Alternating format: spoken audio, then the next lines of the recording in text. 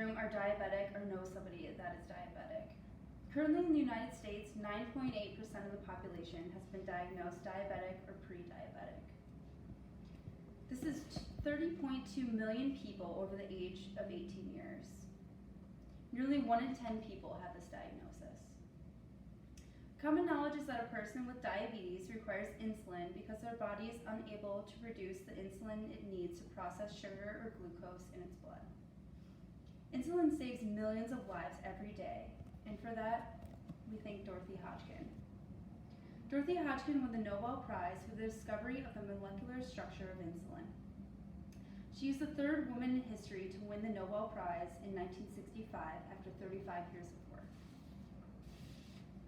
Hodgkin led the advancement of the X-ray crystallography. X-ray crystallography is the use of X-rays to expose the three-dimensional structure of molecular molecules. Hodgkin was raised by her father and her mother in Sudan, where she was only one of 2 girls allowed to study chemistry. Her education continued with the support of her botanist mother and her archaeologist father. She received an X-ray crystallography book on her 16th birthday and found her passion.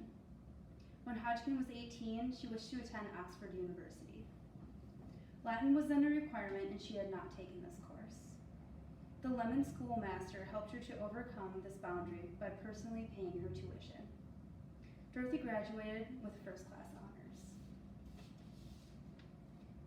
And then she was the second woman in Oxford history to achieve this.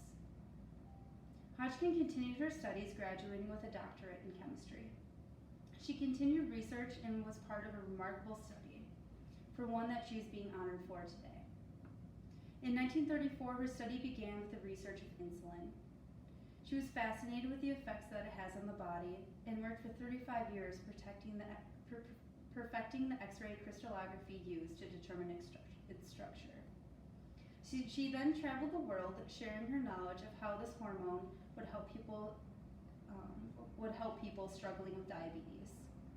At this time, she was experiencing crippling arthritis, but continued to engage with scientific community in the world, providing education and the advancement of science. I would like to introduce to you the 1964 winner of the Nobel Prize in Chemistry, Dorothy Hodgkin.